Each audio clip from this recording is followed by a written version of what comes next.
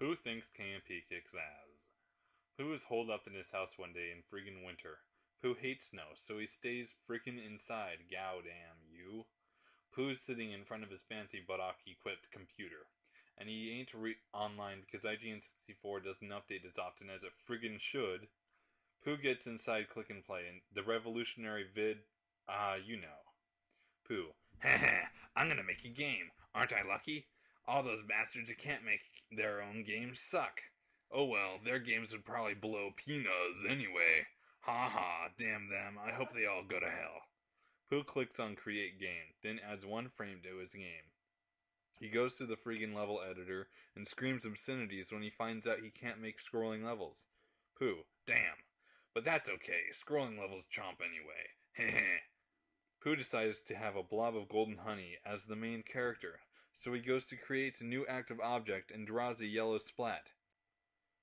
Hey, at least it's original. To make a long-as story hellish short, gow damn you, Pooh's game turns out to be the best ever, even better than Zelda. Honeypot Savior quickly goes on sale at retailers everywhere, and it outsells all other games ever, even itself. With one swift blow, Pooh knocks the man back, sending him off a cliff, or he is left bloody, lying on top of the ocean. Oh, I'm sorry, I was just describing the third level sub-boss challenge. You worthless jitter. Ut, ut, ut, the Pooh fellow devotes this entire episode to creating revolutionary, self-righteous KNP game after revolutionary, self-righteous KNP game, each more enthralling than the last, farting out all sorts of new tech chid. Setting the standard for all video games and crap like that. All the halfling mags claim Pooh's game to be an absolute must-have. And Pooh's like all, fuck you damn PlayStation bastards. Pooh, fuck you damn PlayStation bastards. So what if you like my friggin' games? I don't care. I want you to die. Pooh realizes he is talking to the air. Pooh makes millions, but he only spends it on recordable CDs so he can stuff hella games on them. Okay, this is getting pretty boring. One night soon following his massive success as a game designer, producer, maker, whatever the hell, Pooh is up late working on his latest KNP masterpiece, when all of a sudden the power goes out.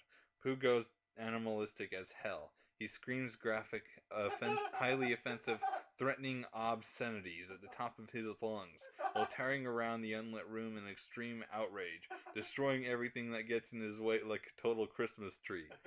He grinds his helpless victims into gooey paste, blowing electrical sockets, even though there is no electricity, melting silverware with his temper, punching holes in the wall, kicking his bed into twigs, drop-kicking the oven, suplexing the microwave, head-butting the piano, ow, and even mauling up his computer, and all because he couldn't work on Click and Play for 5 minutes. Oh yeah, and submissioning the toilet, karate chopping the furnace, peeing on the phone, just like the good old days, pounding on the refrigerator with all of his might, dive-bombing the dishwasher, and being unusually cruel to the pots and pans. He throws one out the closed window just to show it that he's slightly upset. Pooh bursts a few veins and gets pissed off. And then the power comes back on. Pooh gets totally happy because he thinks he can finally resume his project. Then he takes a look at his surroundings. With a tear in his eye and no hesitation, Pooh decides life just ain't worth the living anymore.